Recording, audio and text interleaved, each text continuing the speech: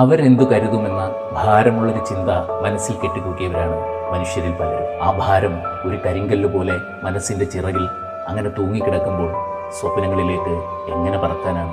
ഒട്ടുമിക്ക മനുഷ്യരും ആ ഭയത്തിന് അടിമയാണ്. ഒരുപാട് കഴിവുകൾ ഉണ്ടായിട്ടും പല പല സാധ്യതകൾ മുൻപിലുണ്ടായിട്ടും മറ്റുള്ളവർ വല്ലതും വിചാരിച്ചാലോ എന്ന് കരുതി എല്ലാത്തിനെയും അടക്കി വയ്ക്കുന്നവർ. ഒരു പട്ടുനൂൽ പുഴു അതിൻ്റെ സ്വന്തം പട്ടുനൂൽ ചുറ്റി ഉണ്ടാക്കിയ ഒരു കൂട്ടിനുള്ളിലേക്ക് ഒതുങ്ങി മാറും പോലെ ആ ചിന്തകളുടെ കൂട്ടിൽ ഒതുങ്ങിയിരിക്കും അവർ. ചിത്രശലഭമാവണമെങ്കിൽ ആ കൂട് തകർത്ത് പുറത്തേക്ക് വരണം.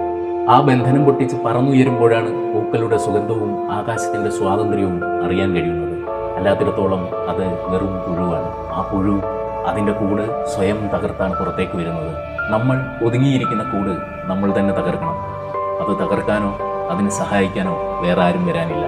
തിരമാലകളെ കീറി മുറിച്ച് മുന്നേറാൻ ശേഷിയുള്ളൊരു തോണിയും തുഴയാനുള്ളൊരു കഴിവും നമ്മളിൽ ഉണ്ടായിട്ടും മറ്റുള്ളവർ എന്ത് കരുതുമെന്ന് കരുതി നമ്മൾ ആ തോണിയെ തീരത്ത് കെട്ടിയിടുകയാണ്. അതുകൊണ്ട് എന്തു പ്രയോജനം? ആർക്കാണ് നഷ്ടം? നഷ്ടം നമുക്ക് മാത്രം.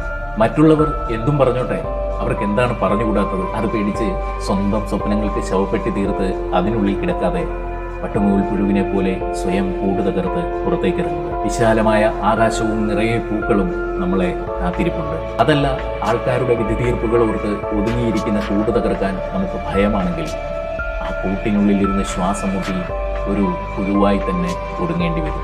ആരെയാണോ നമ്മൾ ഭയന്നിരുന്നത് അവരൊക്കെ പൂമ്പാറ്റകളായിട്ട് പറക്കുകയും ചെയ്യും.